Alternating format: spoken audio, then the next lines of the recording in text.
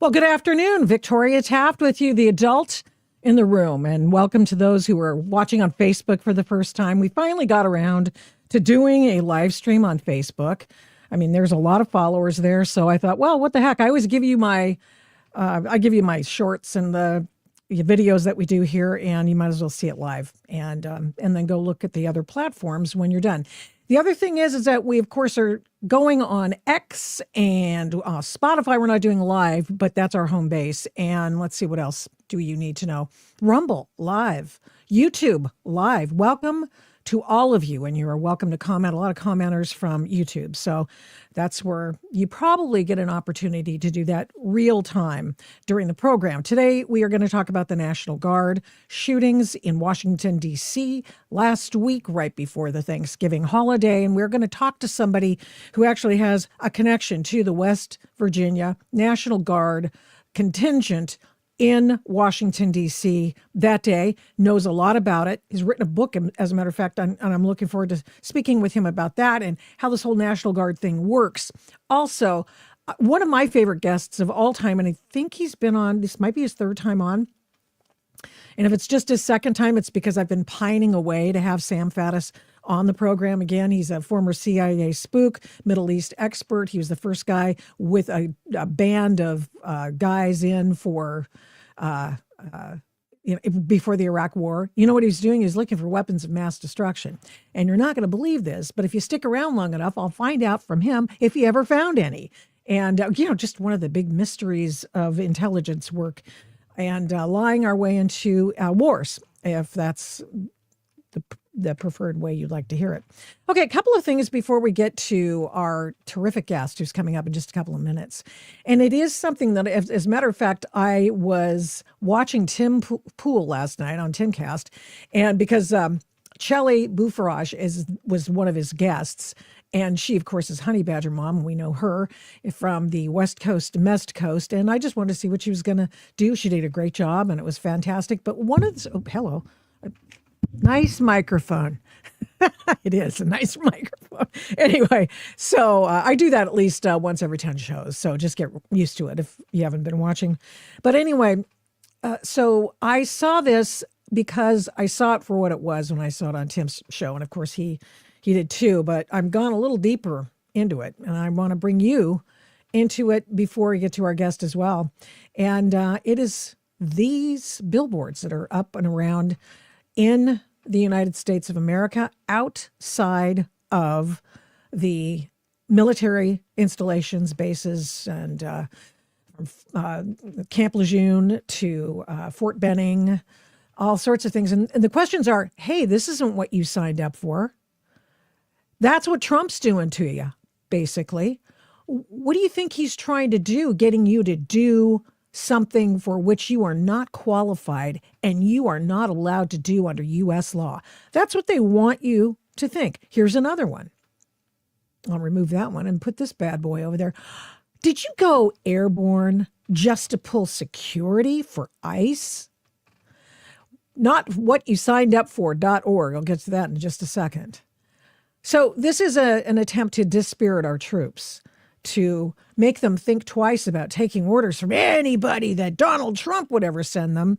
I've never seen anything quite like this, except perhaps spycraft and tradecraft that you can only read about in things out of World War II. And I'm sure that Sam and the colonel, who will be on in just a couple of minutes, will be able to tell me more instances of this happening. But it's all part and parcel of the same kind of political deal. It's a plan. It's an operation. It's an information operation, which was followed up just a few days ago by the people that some are calling the seditious six. These are the six senators and congressmen and former CIA spooks who have said that, you don't have to follow illegal orders. And then they never tell you what these so-called illegal orders are. Indeed, this has happened in the state of Oregon just recently, wherein the governor there said, hey, you don't have to do anything that is untoward. And you know what we're going to do? We are going to pound the table until such time that we find out if ICE is doing anything wrong. And if they do, when they do. In fact, they probably already have, without telling you anything that they've done that is illegal. It's just an operation, and it's done by the left. You have to ask yourself, why in tarnation is it done by the left? And maybe somebody on the left who is watching right now could let me know in the comment section. Here's another one. Billboards aimed at troops ask, is this what you signed up for? And this one is a National Guard one. It's outside, I think it's in Washington, D.C., and this one was in Task and Purpose. And so that is what they are doing. And I thought to myself, I have questions. And the questions are, okay, who's paying for this? So here's what I did. Obviously, I went to the website. And this is a little video I did of some of the things on the website. You have questions and you're not alone. But first, here are things you need to do. Go dark. Get secret. So you can spy and give us information. Yeah, I said it. That's exactly what they're doing.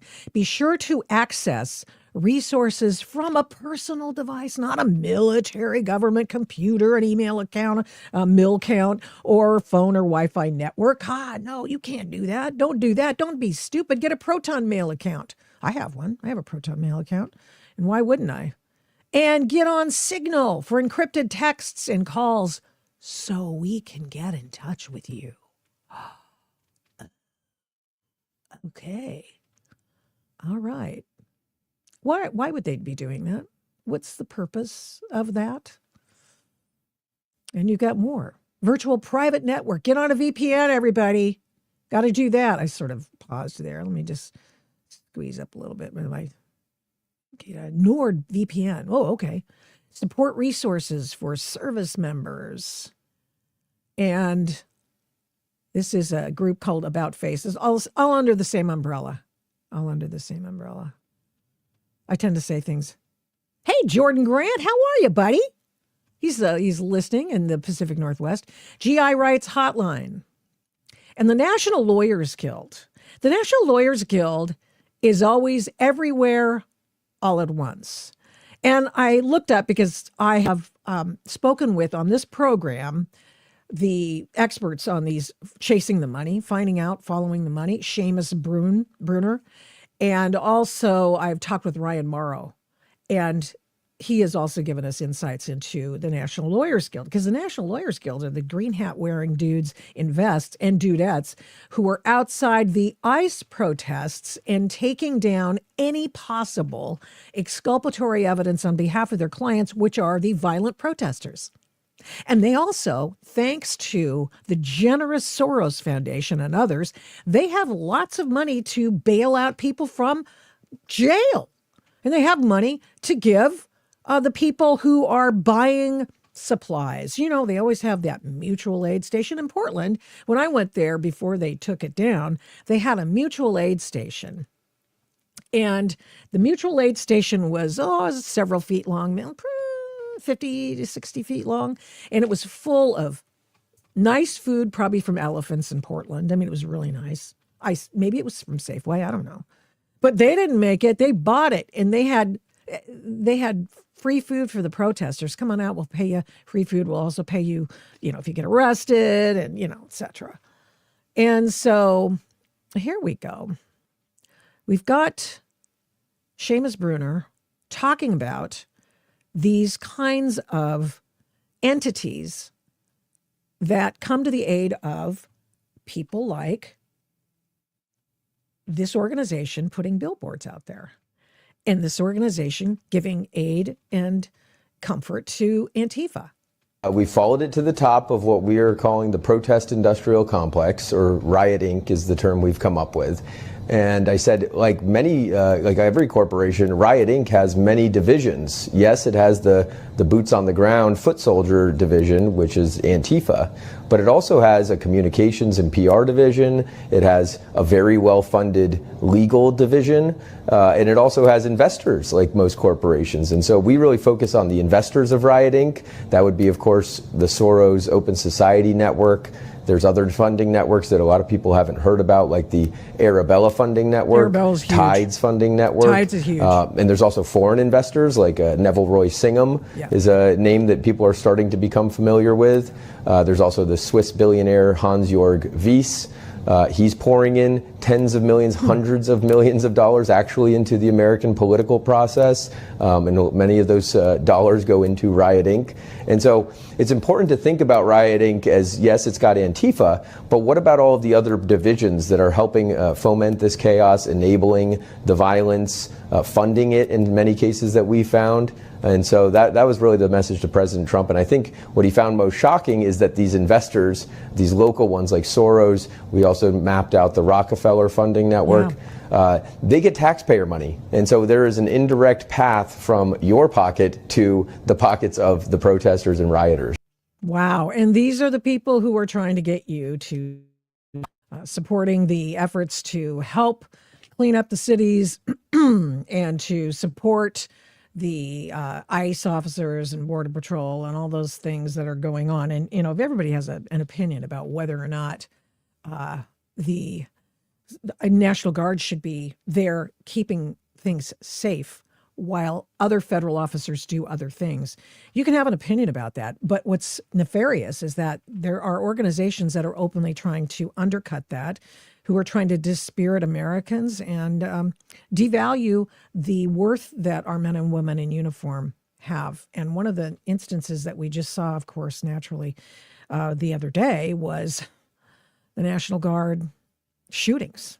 I mean, that's just saddest thing. And one of the persons that we were very fortunate to get on the program today was Colonel Josh McConkey. He's an emergency preparedness liaison officer for the West Virginia Joint Task Force NCR, which is the National Capital Region. And he is on the Adult in the Room podcast today. And Colonel, thanks so much for coming on. Dr. Josh McConkey, thank you so much for coming on the Adult in the Room podcast. Thank you very much. I know you've been there for a few minutes. Does any of this that I've been talking about resonate with where you're at right now? Boy, seeing a lot of things that I have not seen before, and it's certainly disturbing. Yeah, it is. It really is. And of course, now it resulted in Sarah Beckstrom dying and Andrew Wolf fighting for his life, and a guy who we thought was a friend, and it turns out he wasn't, clearly, Ramanullah Lockenwall. I had to write it down because I will never be able to say that off the top of my head. What happened there? What do you know? From what they've found out so far, this is under investigation. So certainly no official statements, but it appears that he, when he got to the United States over this last several years, has become radicalized, like right here in our own country. Yeah. But there was a lot of contact with individuals in Afghanistan. I know, Kash Patel and the FBI are working 24/7 on this and following all leads. So they will find the answers for us eventually here, but it's going to take some time. Yeah, this guy, he came all the way from Washington State to Washington, D.C. to commit those murders or do something that was something he was just driven to do.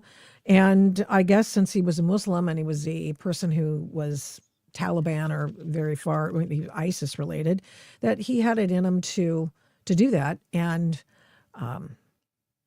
it's incredibly sad. You've written a book. In fact, this is something I want to ask you about because Be the Weight Behind the Spear. This is a book to people who are, what did you call them? The COVID generation? Yes. This, that whole last half of Generation Z, the COVID generation that we shut out of schools, shut out of churches, and shut out of communities. They're struggling right now. Yeah, they are. And you know what? There is a spiritual battle, if you will, for the futures of those kids, for the souls of those kids. And I don't mean that necessarily in a church-driven way. What I mean is in a secular way, for the kids of that era to be easily persuaded to hate their country. And this is a help, I think, right? Yeah, absolutely. So this is a call to action for everyone in this country. Our best resource is our people. It's teachers, coaches, volunteers, and families. That's what sets us apart. That's what makes us different. And we need to own this problem together. It's easy to pass the blame to those that were involved during COVID, making some of those poor decisions. But we still have to pick up those pieces. And as an emergency doctor, I see the anxiety, I see the depression, and then unfortunately a pretty alarming rise in suicides. And, between that and being a military commander and then working with that same generation as a commander, boy, they just lack resiliency skills and simple leadership and ability to communicate. So they really do. The social media world has been horrible for them. They cannot cope. I'm sorry to interrupt. They can't cope. Oh, tell me more. Tell me more, and tell me how this is all playing into that. Yeah, when it was at the worst, really, as an emergency doctor, you just keep doing the same thing over and over. You feel like you're just beating your head against the wall, like somebody has to do something. And then when I became a commander, and that was still pervasive through the military. I mean, there were people and some individuals that had been there for a hot minute, and then they were just going to quit because they weren't getting promoted right away, or they weren't getting some bonus money. It's like, hey, listen, why don't you just go to the basic course first before you pin on general? Let's just start off with basic, and then let's talk about some officer advanced courses and captain career courses. Nobody really gets made a general, within the first 6 months of them coming into the military, and just the entitlement, and it was quite shocking. Now, that perception is their reality. So the really challenging part was, how do we reach this generation? How do we bring them back into the fold? And so that was the real challenge during my 3 years in command, and was very successful with that. But, that's why I wrote the book. It's for people to engage their communities and help this generation before it's too late. Okay, well, those communities are seeing stuff like this. For example, outside, this is in the Capitol, I guess, the DC, and this is billboards aimed at troops is asking, is this what you signed up for? Well, isn't that the question you just talked about? Well, I heard what you were speaking a little bit earlier, and you look back at World War II, with that informational warfare, like Tokyo Rose, right? Out there on the radio, trying to sow doubt into GIs' minds. This is crazy. I can't believe we're seeing this in our own country. I can't believe we're seeing this outside of our military installations. And then you talk about those lawmakers making a video that was incredibly inappropriate. You talk about all the political division we had in the 1960s. Can you imagine lawmakers making some type of video or movie and putting it out there during the Vietnam War? I mean, this is absolutely mind-boggling. It is, and it's happening apparently all around where soldiers congregate. I wonder if it's over by Camp Pendleton, I'm thinking about, or JBLM, or places along the West Coast. Did you go airborne just to pull security for ICE? I mean, they really are trying to sell the idea that what is going on right now to secure our country is wrong. And what they're completely disregarding is that the men and the women that are there in DC right now, and some of the other cities, they volunteered for that. This is exactly what they signed up for. They want to make their communities a safer place. If someone came into Raleigh, North Carolina, and started rioting and burning cars and just destroying things, I served 9 years in the Army National Guard. I was at the Nebraska Guard. But that's that defense support of civil authorities, and just, these are your friends. These are your neighbors. These aren't foreign invaders. They volunteered for these assignments. And when you see, the two individuals, especially Sarah, that just lost her life, they volunteered for that. They gave up their Thanksgiving. They volunteered for two other individuals to go home that had children and families. They were less than 24 hours. And then you had this very motivated individual drive all the way across the country from Bellingham, Washington, days driving, with the sole intent of killing American soldiers. And that's shocking. Well, I think that's what he was doing. He certainly wanted to commit an act of jihad because, as my friend Robert Spencer pointed out in his piece recently, Why was the DC National Guard shooter naked except for a pair of socks? And at first I saw that and I went, oh, okay. He's an expert on jihad and that sort of thing.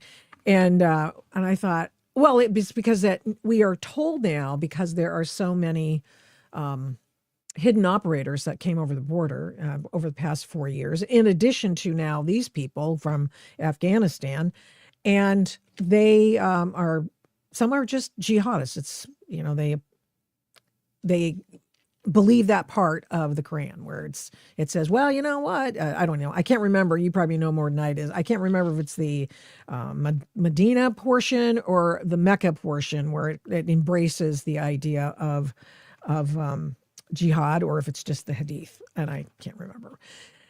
Be that as it may, this guy certainly took it to heart and came across and did that. And so Robert Spencer's viewpoint is we know why he took his clothes off after shooting him, because he was ready to get shot so he could go and be ready to go for his 72 virgins. It's exactly what happened.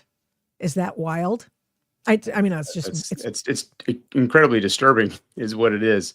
Yeah. And, we all know that we wear that uniform in public, as sad as it is. I had to counsel my men and women, like, listen, don't wear your uniform outside the gates. When we leave, when we drive home, when you go out to dinner, put on civilian clothes. When you put on the uniform, it does make you a target. It's something we've really briefed on for really the last 10 years or more. Yeah. And, it's kind of sad, like right here in our own country, right in our nation's capital, that, 2 individuals were gunned down there. That's sort of the point, wasn't it? It's shocking. That's probably the point, huh? It's, just so many thoughts run through your mind. I mean, everyone that's out there, we have 2,100 National Guard men and women that are out serving right now in the Washington, D.C. area. And, they're all thinking that could be me. Yeah, they are. Jordan writes, and I commend you, Josh, for your book and for your service to our nation. Leaders like yourself are so encouraging to all of us patriots. And I certainly second that as well. Thank you so much, Jordan, for writing in on that. Yeah, okay. So what are you hearing from the West Virginia National Guard? That's where you liaise, or with whom you will liaise. What are you thinking? So, I talked with the communications director for Governor Morrissey on Wednesday evening, just talking. There were initial reports. There were some conflicting reports that the two guard members had been killed early on, and the governor unfortunately had some incorrect information, and they corrected that immediately. So I had just reached out to the communications director. I haven't talked with him since Wednesday evening, but I know West Virginians are hurting. Yeah, they are. So, of course they are. We all are. I noticed that as I, in fact, I have lots of pictures that I wanted to share with you on some of these National Guardsmen and women who are out there. It's crazy what they're doing out there. I want to, let's see, making friends. Check this out. It's kind of fun. She said, hopefully is now I'm looking desperately for my photo, but hold on. Never fear. Never fear. Okay. I know those members they take a lot of pride in what they're doing. Yeah. This is the face of our nation, and the decrease in the violent crimes and all crime. I mean, that's something to be proud of. They're part of something bigger than themselves. Yeah. I think, let's see. Here we go. Finally. Here's a guy who found a dog. I mean, I love that. Just because we got these guys, they're all over the place. They're on the metro. They're riding on the metro. They're walking the streets. They're down by the ball yard. They're doing all kinds of things. And they are making their presence known because that's what their job is, to sort of deter anybody who might want to do something bad to somebody else who's an innocent on the streets of D.C. I don't see anything wrong with that. It has done nothing but help. The majority of Americans are these are good visions for them. When they see these people walking in their communities, they feel safer. It's a lot harder to carjack somebody or steal the rims in their car when there's a National Guard member standing right next to you. Okay, yeah. So I mean, you can't argue the results. It's crystal clear. Sure, and of course, people say, "Oh, that's not their job." And here is the honor procession for Sarah Beckstrom the other day. So It's heartbreaking. It really is. Okay. So they're out there. They volunteered for this, but they didn't volunteer to get shot at. I mean, they know, but some wackadoodle who's going to come on the streets and kill them. I mean, Two people. you don't expect something like that to happen on home soil. I've served in combat. I spent time in Iraq in 2007, and direct and indirect fire. You don't expect something like that just serving right in your nation's capital. But we certainly brief, and they knew there were some risks for that, but I don't think anybody really thought they would see something like this. I saw the senator say the other day, Lisa, what's her name, who was part of the seditious six, as they're calling them, and she talked about the fact that, oh, well, we're just afraid that those National Guardsmen are just going to go shoot people willy-nilly. And it's a matter of fact, it looks like somebody came up and did that back to them before, right after she said that. He was probably on the road. Who knows? This man was obviously in pain and lost his mind. But, what do you think about somebody saying that? When you see members of Congress and senators trying to score political points and just stow that type of just insane, divisive rhetoric, and then you see some of the signs and things that are posted outside. I hadn't seen any of those personally, but Oh, yeah. It's hard to imagine what's going through their mind when they're doing that. I mean, my mind just goes back to World War II with Tokyo Rose on the radio, but this is coming from our own members in the legislative branch. It's incredibly inappropriate. Now she's dead, and we've got another guy fighting for his life, and this little girl is dead, 20 years old. Yeah. It's kind of interesting that he would shoot a woman. I guess I wonder what that was all about. If he did that on purpose, or if she just happened to be there in uniform, or what have you. Yeah, I know they'll have a lot more in the investigation, but I'm sure he just walked out and just shot the first two people he saw. Yeah. And since you do have, you're a doctor and you liaise with the West Virginia National Guard, what else do we know that you can share with us? Well, I just know that she had some life-threatening injuries immediately. A severe head injury really wasn't going to be survivable. And I know her father had made some public posts on that as well. And just my heart pours out for both the families and everybody in West Virginia. As far as anything other injuries, we're still, that's under investigation and won't be releasing that. Okay, well, man, it's sad. That's it. It's just sad. It's sad. I just kind of wonder what the author in you would tell people who thought they wanted to, volunteer for the National Guard. Now they're not so sure. Well, you're part of something bigger than yourself. And we have been making these sacrifices, the men and women that have worn this uniform for well over 250 years. And there's a tremendous amount of pride in that. And so these two died heroes just the same. We got one still alive. Adam's still alive. So still alive. But Andrew, excuse me. Yeah, Andrew. But Sarah, she died a hero. And they took a bullet for this country, and we still take great pride in our service. And every person who's ever worn this uniform, all the families, hopefully all 350 million people in America have a tremendous amount of respect for that. And our prayers and our thoughts go out to them and their family. Thank you for your time. Be the weight behind the spear. And I guess you're talking about us. We need to be the weight behind the spear. Yeah, that's everyone in this country. They need to step up and take ownership of that. Get out there and coach, volunteer, go to some schools, some churches. Even if you don't like people, there's something you can do. Go to some go to some animal shelters. Those animals are emotional support animals for somebody. So we all have a different set of skills and gifts. And what we do matters every single day. And people need to realize that. Yeah. That's true. And thank you for your time. And thank you for your ability to give us some insights and, good stuff. Appreciate it, Doctor. Appreciate it very much. God bless you. Thank you. Well, just a little insight into what's going on in D.C. and they're walking the streets and they're doing any manner of things that help people. And that's good. That's a good thing. But when it's something like this, I here we are, going to the ball yard, watching people at the ball yard, making sure things are going here. We're just being visible, just being visible. They're walking all over the city, and they're all over the place. But what's really, I guess, I would say this is just so dispiriting. I know that that's the intention, right? To do these ridiculous billboards around.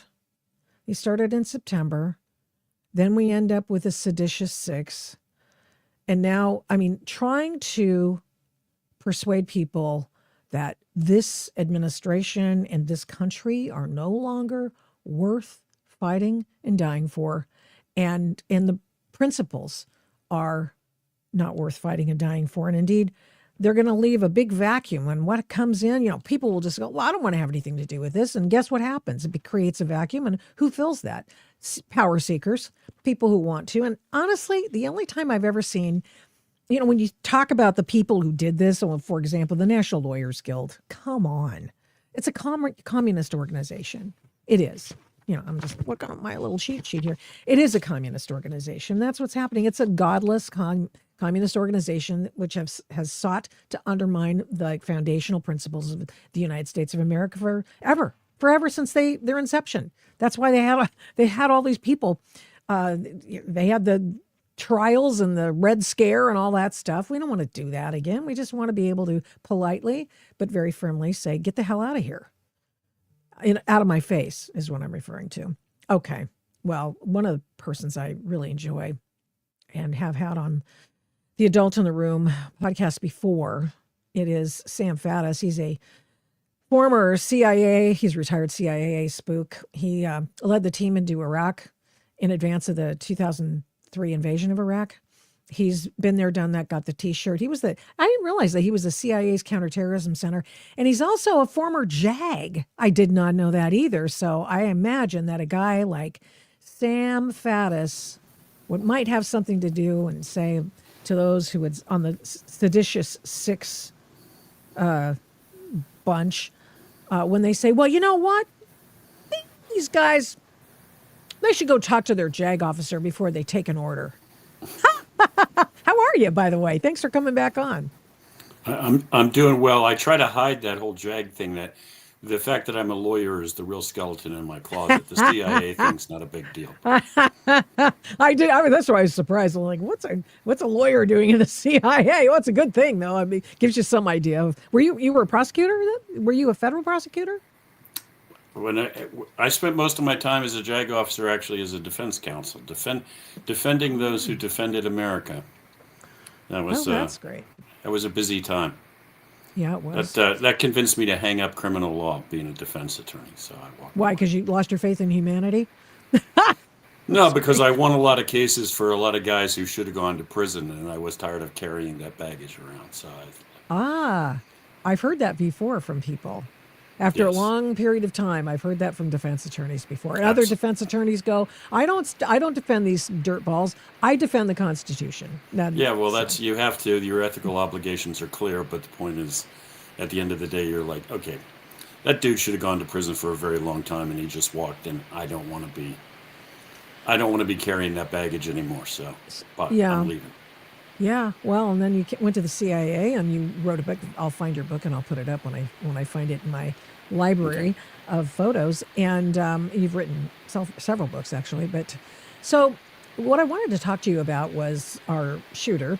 But since I discovered that you had this skeleton in your closet, I wanted to find out what you would think of a representative or a senator who urged former astronaut senator, who urged soldiers and airmen and Marines to, go see a JAG officer if you think something's hinky, because, that Trump, he's a dirtbag and we don't want him to be giving orders because, everything he does is illegal.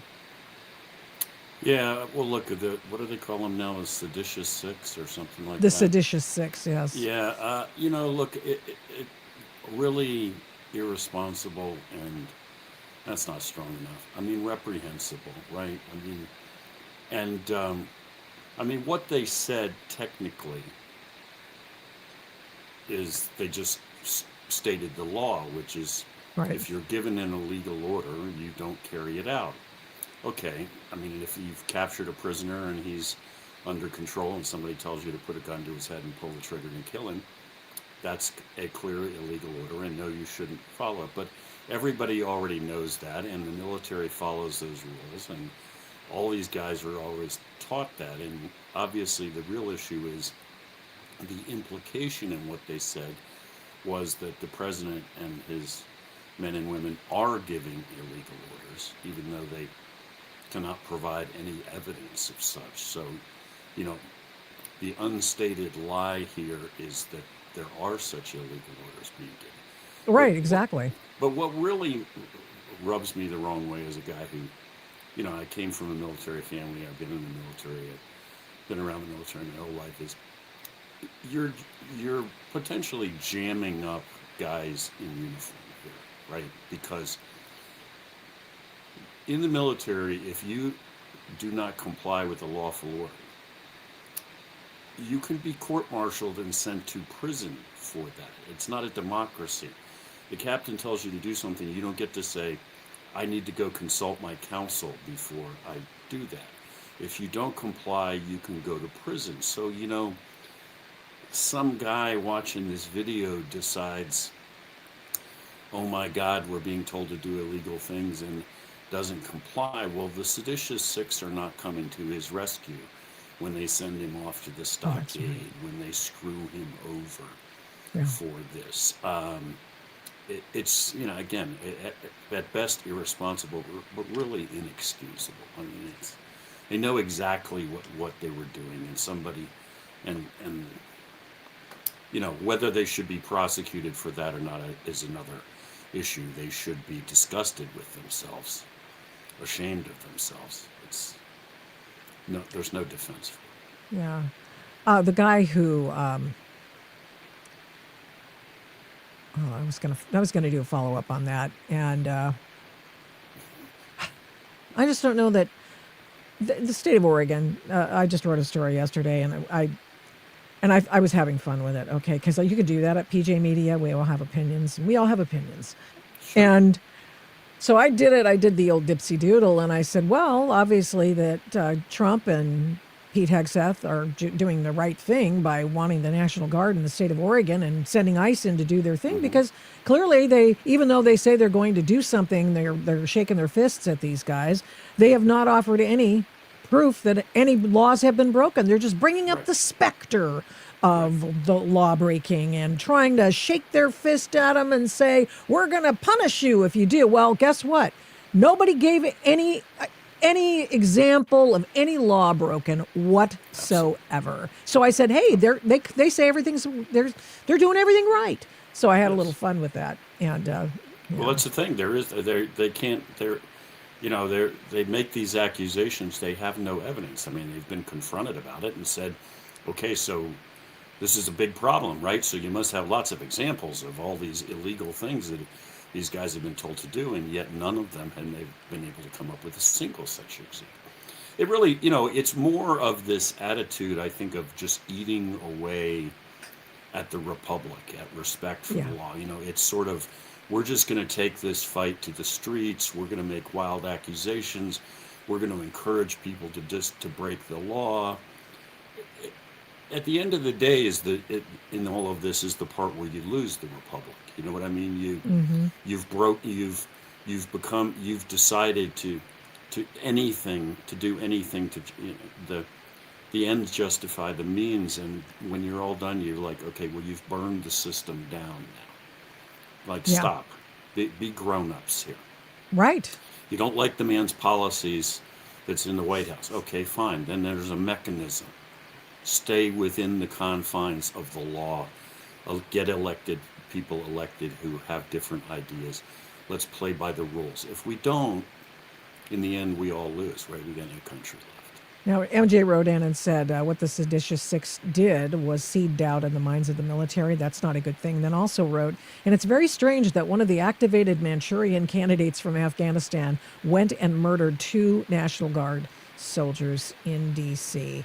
And furthermore, he says, that person went and did the crime with a 357, I guess. I didn't hear that it was a 357, but fine. In broad daylight, yet they were trained for clandestine warfare. Okay, question. Who is this guy and what unit was he in the CIA? And Right. why did he do that?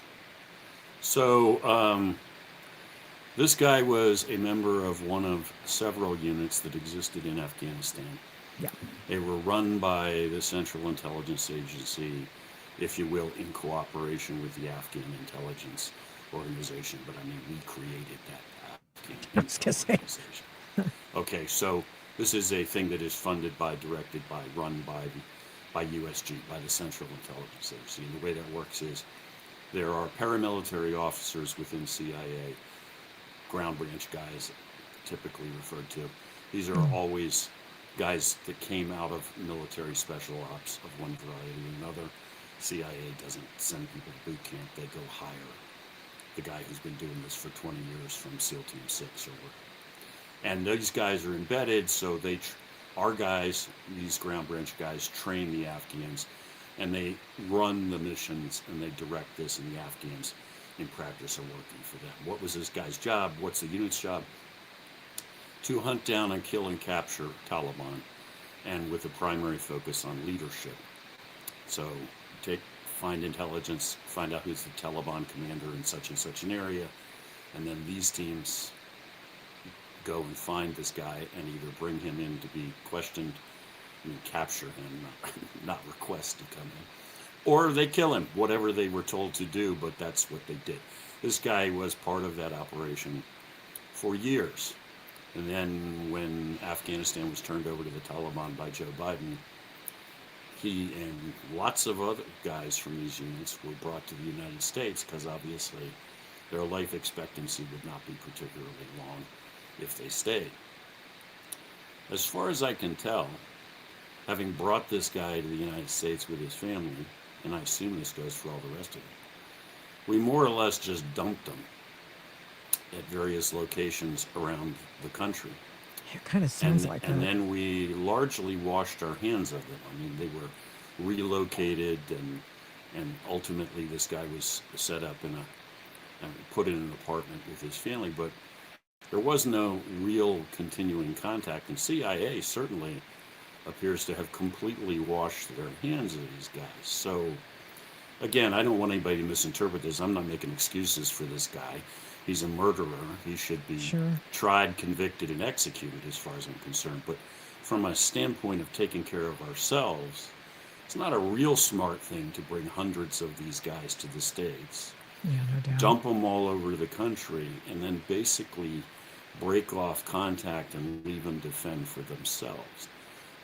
In fact, I can tell you that CIA has brought people into this country like this for decades because we end up in a situation where a guy was helping us overseas, and all of a sudden he's got to get out of Dodge because the bad guys are looking for him. And one of the things that CIA has known for a very long time is that you cannot bring these people to the States and just dump them and forget about them, because a lot of times they don't do very well.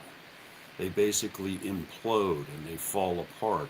And to begin with, you're concerned if it's a Russian and you brought him in, or he used to work for us in Moscow, and he gets all torqued off, he's going to go back to Moscow and go back to work for the other side and tell them everything that he knows from our side. So the policy used to be you keep in contact with these guys, you monitor them, and you intervene as necessary to keep them squared away. Apparently we don't do that anymore. So we just left this guy to implode. And if you read the stuff about like the community social workers and neighbors who were left dealing with this guy, 2 years ago it was clear they were talking about him being suicidal, sitting in a dark room for days with the blinds pulled, getting in a car, driving to Chicago, getting in a car, This guy was falling apart at least 2 years ago. And nobody did anything. Nobody intervened. So now we have this horrible tragedy. And obviously my question is, where the heck are the rest of these guys? Like he Yeah, wasn't you the asked. only. We brought hundreds of these guys here. We Yeah. just saw one of them fell apart and killed and shot 2 National Guardsmen. One of them's dead. Yeah. The other one may make it. But what about the other several hundred of these guys? Is anybody planning on changing the plan now, checking on them? Or are I we see. just going to wait till one of those, the next guy kills somebody? Well, we have a list of Afghans who have done this, who Right. have been here, and I read it. Daniel Greenfield wrote about it in, Right. and he, it was just chapter and verse. Oh, and then by the way, I'd forgotten about the election terror attack that was supposed to happen in 2024. He's in the prison now, that guy. And then politicians and media have claimed that Afghan guards and soldiers like Ramanullah and Nasir were heroes and allies who protected their soldiers. Here's the thing. And like I say, long list of these crimes done by these Afghan nationals who came to the United States and now lay in wait for some opportunity, if in fact that's their choice. But now check this out. So Joe Kent, who's in charge of the Counterterrorism Center, as I think you used to be too, didn't you? I worked in CIA CTC, but I know Oh, gotcha. Joe. I know Joe very well. Oh, yeah, excellent. Okay, he's a good guy, right? Very good guy. I wish he'd made it into Congress, but I'm happy with his role here. Yes. Here's what he said: the barbaric terrorist attack by the Afghan terrorists spurred righteous outrage over Biden administration's policy of importing people hostile to our nation. Yes, but on the other hand, the Trump administration gave him refugee status, apparently. But it was born of this disastrous Afghan withdrawal. But what Joe says is the vetting. It is true, she said, it's in the second paragraph thing. It's true that the terrorist who conducted the attack in D.C. was vetted by the intelligence community. However, he was only vetted to serve as a soldier to fight against the Taliban, AQ, and ISIS in Afghanistan. He was not vetted for his suitability to come to America and live among us as a neighbor, integrate into our communities, or eventually become an American citizen. Why didn't that happen? Yeah, well, I don't think there was any vetting for any of them. I mean, first of all, I agree with everything that Joe said, not surprisingly, because he's a very squared away guy. But here's the thing, right? We're talking about this guy, Lockenwall. He's one of the guys from CIA units. Yeah. These units the CIA ran. The zero units or something, right? Is that what they call them? They are referred to by a variety of names, some of which are classified, whatever. They're the CIA. The CIA units, we know what their purpose was. They were vetted in the sense of, we don't want these guys talking to the Taliban. If we're going to go kick in somebody's door tonight and try to grab a Taliban leader, we can't have a snitch here talking to the Taliban. Right. But Joe's 100% right. None of that has anything to do with what's going to happen if we take this guy and just dump him in the United States in an apartment working. I think he was working as a contract Amazon delivery guy. Yeah, it's a But little different than kicking indoors. Yeah, and of course he's now into him a completely alien culture, which he has no preparation for, no experience in. But these guys are actually the good case, because, as sad as that is, because there's a whole bunch more Afghans that Biden just said, we don't even really know who the hell you are, but sure, get on a plane and come to America. So there are thousands and thousands and thousands more that never worked for us, that we have no records on. And by the way, I was having this conversation earlier today with somebody. You talk about vetting an Afghan. What the heck does that mean? Like, you're in a country, most of which is still in the 12th century, where there are no databases and there are no records, and really legitimately, you're talking to a guy, he may not even know his real birth date, right? Because there's no record of it. And the village he's from appears on no map, right? It's not, people talk about vetting as if you're going to go to the magic computer and type something in and it's going to give you this all-seeing view. You're like, You know what the computer's going to tell you?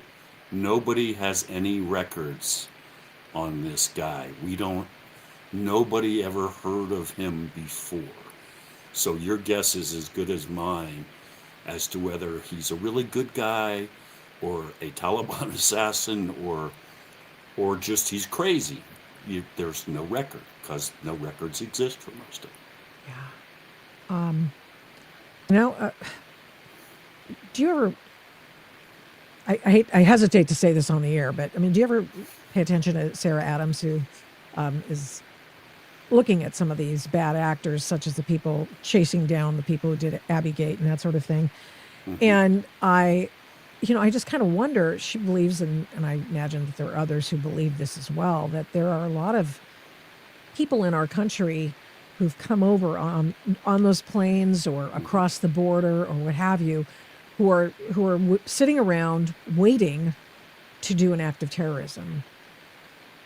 Yeah, Do you have any? I think everybody should be very worried about that.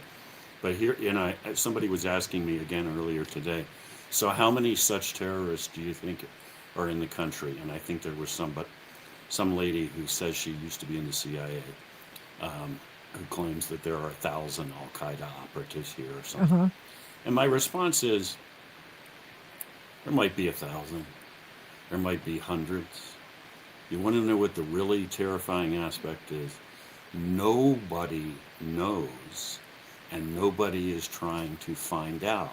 So you can speculate, you can throw out numbers, but the reality is we're not trying to get our arms around that, and we haven't been. So, for instance, right now, there's a whole bunch of FBI guys out in Washington State interviewing everybody, whoever came into contact with the guy who already shot 2 National Guardsmen in D.C. Okay. That's what law enforcement does. They investigate crimes that have already occurred. But what Intel's supposed to do is prevent the crime from occurring in the first place. They're supposed to be acquiring they're not the ones who investigate the fact that 9/11 occurred. They're supposed to stop 9/11 from ever happening. They're supposed to stop these things from happening. And that's the real failure here, is nobody's doing that. All these Afghans have flooded in. The border was wide open forever. Okay, most of the people who walked across the southern border are from Central America, and they're looking for a better life. That's not me saying they should stay. That's just me saying that's Sure. the deal. But once the door is wide open, you don't have any idea who came in. Chinese operatives, Al-Qaeda operatives, ISIS operatives. So there is no ongoing effort to now find out who they are, where they went. So we're sitting around waiting for the next attack. And keep in mind that, not to be the depressing guy that I sometimes end up being, but it's with all sympathy for the 2 National Guards people who were shot. Yeah. The next terrorist attack could be one heck of a lot worse than a guy shooting 2 people, right? I mean, we've experienced an attack where almost 3,000 people died on our soil at 9/11. So this does not have to just be something that is limited in scale. Again, with all respect for the families of the people that were shot here, not minimizing that at all. But when when you don't have your arms around this problem, you don't have any idea how bad it's going to get. This is the video of Abbygate, what happened at Abbygate. Mm-hmm. And I mean, when you've got dillweeds making decisions like, oh, I know, let's get out of Bagram and then have to use the Kabul airport to get out. I mean, that's just insanity, isn't it? Yeah, it's completely insane. Bagram is a massive base and completely controlled, and gave us a security presence and a capacity to fly in as many troops and deploy as many military assets as we wanted, and provide whatever support was required for that evacuation. And in fact, the military began that planning for that with the assumption that that would be the case.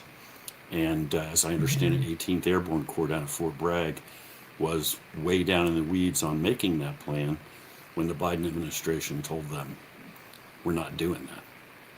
If you've ever been to Kabul, and the airstrip that they use to get out of there, the airport is down in a valley surrounded by high ground. The only miracle is that anybody made it out of there alive, to be honest with you. I think, I think that's Jake Sullivan. And Jake Sullivan was the guy in charge of all that. And Jake Sullivan was Hillary's right hand and Joe Biden's national security advisor. And Jake Sullivan is married to one of the seditious six. Yeah. He's Maggie, what's her name? Not his last name. And I honestly, this is the moment where these guys they're too close, obviously, to the bombing at Abbey Gate. And it's making a decision like that and then putting his wife up to perhaps making that ridiculous, was she a former CIA intelligence person? I mean, it's just too neat, isn't it, Sam? It's just too close. Well, it's very incestuous and it's very ugly. And I got to tell you, there's a special place in hell for people that put our men and women in uniform in harm's way and then do not allow them to do what is required to come home safely, right? You don't do that. If you're not prepared to allow them to do what they need to do, then don't put them in that situation. You don't put them in that situation and then start tying their hands behind their back. And of course, what you know is that none of these people who make these decisions have ever been in those situations. They never themselves put any skin in the game. And by the way, their kids and their families don't have anything to do with that, right? I mean, sure. I live in small town Pennsylvania these days. The first row of parking spots in front of every Home Depot and big box store is reserved for Purple Heart recipients because there's that many guys and gals that are around here who came home broken from these wars. You don't see that in Bethesda or Silver Spring or any of those neighborhoods around Washington, D.C. You ever notice that? No. You don't see any Marine Corps flags flying on front porches. They're all big on putting people, on getting involved in these things, and then don't themselves ever plan on taking any risks. Well, if they have that, I mean, I've noticed that there are some people in the state of Oregon who have told me that I fly a Trump flag, for example, American flag, Trump flag, and he's got nothing but death threats from Antifa nutballs. I have no doubt that is true. I don't doubt it either. Yeah. Well, what are we supposed to learn from this, Sam Faddis? What we're supposed to learn from this is that we need to demand that it change. And I think we're really at a critical juncture in that, not to shift gears on you, but, people sent Donald Trump to Washington and they really want a revolution. Yeah. I'm not talking about killing people, but I mean, they want a political revolution. They really want to throw the bastards out, overturn the apple cart. Let's break some China. Let's shake things up. I think people in general do not, unfortunately, feel like they have seen that revolution yet. So 10 months. We need it desperately. So what do we need to do in that revolution, Sam Faddis? Well, look, let me grab a hold of just a piece. CIA, just since I know it best. Ratcliffe, this is not an attack on him personally, the director, should have fired everybody on the top floor of the headquarters building the first day he walked in there, the first minute of the first day. I'm not talking about admin assistants and so forth, obviously. I mean, all of the top folks in that organization should have been told their services were not required the day one. Put your stuff in that box, security will escort you out. The game is over. The status quo no longer exists. And then we'll go from and that's literally the first minute. We're going to go from there. That's not the end of anything. That's the beginning. And the same thing needs to happen at the Bureau. Again, I'm not attacking Cash, but everybody else is right now. Well, I mean, right now, the reality is that CIA, FBI, whatever agency you want to talk about, They exist today in essentially precisely the same form they existed under Joe Biden. So there have been no mass firings. There has been no major change, unfortunately. Seriously? I wish that were not true. John Ratcliffe has not fired anybody from like the 7th floor yet? That's it? He hasn't done that? No. Oh, holy Shinola. So you have Ratcliffe. You have Ratcliffe and his deputy, who were appointed by Ratcliffe and his deputy, who were appointed by Trump, sit in offices on the 7th floor, and outside of the doors of those offices, the entire organization worldwide exists as it was when he walked in the door. So you think about the implications of that. Most of the people who are in senior positions now were brought up, put into those positions, and promoted under Joe Biden, under Obama, under John Brennan, under this whole regime. So there's a lot of years there where the entire leadership at the senior levels has become people put into those positions who were politically put into those positions by the other side, for lack of a better way to summarize, and they remain in power today. So look, CIA is a relatively small organization when it comes to the federal government, but it's still a big place, and when all the leadership below the director is all the same old folks. Look, at FBI, unfortunately, it's the same. FBI is slightly over 40,000 people. I think there have been 2 or 3 senior guys who have left. Other than that, it's the same bureau. So you can't expect change if you don't begin there. Oh man, that just sucks. That's super bad. I saw Andrew McCabe on probably MSNBC or something today, and just quickly, I heard him say about this shooter of the National Guards persons that, he said at least 2 or 3 things that I knew were wrong, and I thought, well, what's he still doing there? What's the guy who lied, who was cut loose because he was a liar?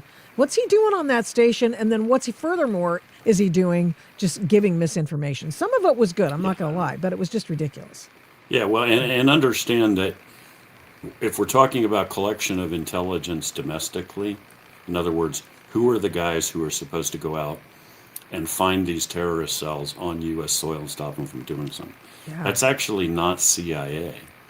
CIA hopefully will bring information from overseas and hand it to somebody that will help. But the FBI is the domestic counterintelligence organization. So all of this finding bad guys on U.S. soil stuff, that's the Bureau.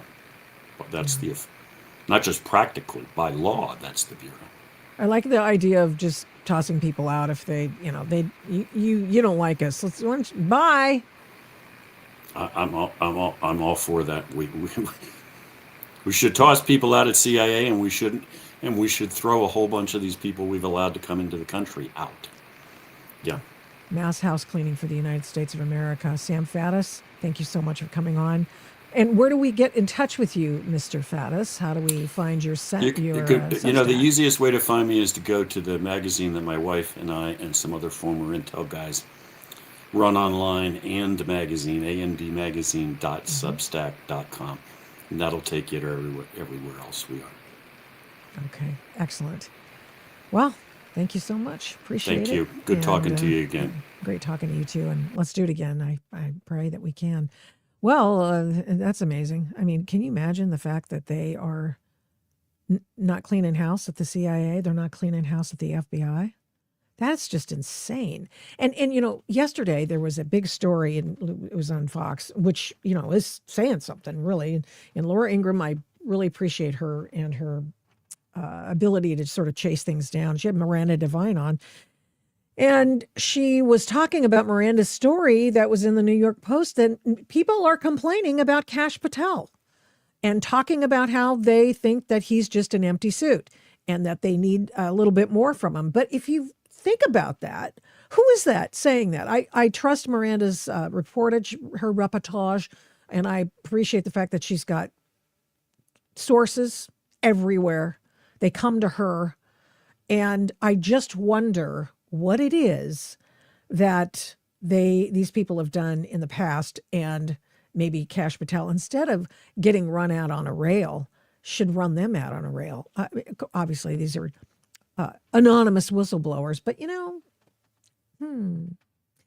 very interesting. One last thing I wanted to bring to your attention before we go back and say goodnight and tell you that we'll see you on Thursday. And it's this. Here is a situation in Oregon, and it's where we started. We end as we start. The dispiriting of the right-thinking people of this country when they look and they say, oh, man, the Oregon governor says that, they're doing wrong things, even though she never said anything about anything they were doing wrong. And then the attorney general, and then you got the seditious six talking about the fact that there are so many people doing the wrong thing. They're breaking the law. They must be. You have the right to not carry out an illegal order. Just, of course, calling into question everything. That's the point of it. Okay? Here we go. Listen to this dillweed talking to this ICE agent or Border Patrol dude. And the Border Patrol dude stops him. Why? Because he is chasing them on the road and telling people where they are going. And you can't do that. Listen to the dillweed inside the car, thinking he's all big shot. Name and badge number, please. You're impeding. Name and badge number, please. Okay, Zulu 11. Sorry, say again? Zulu 11. So this is your only one. Zulu 11 is your name? That's my badge number. That's all you need to know. No, I need to know your name and badge number and what agency you're with. This is what you're doing right now. This is your only warning. You're impeding right now with the federal agent. I am not impeding anyone. Continue following. Says I have him. not impeded You anyone. will be arrested. You're impeding. This is your only warning. Listen, do you hear me? I have not impeded anyone. Hey, you're becoming a safety No, how? concern Nope. for the public and us working right now. Nope. This is your only warning. I've been, nope. They're not That's going to true. believe you, know buddy. it. This is an illegal stop. Following, What agency are you with? be arrested. What agency are you with? Yes, you will be arrested. Oh, well, isn't that guy? It's funny. If you don't know actually what your rights are or what's going on in the battle space of your life, and if you think you're a badass because you're driving a car and you're chasing an ICE agent or Border Patrol, and you think that you can ask for the badge number, there's nothing wrong with that. But the guy's telling you what you're doing is against the law.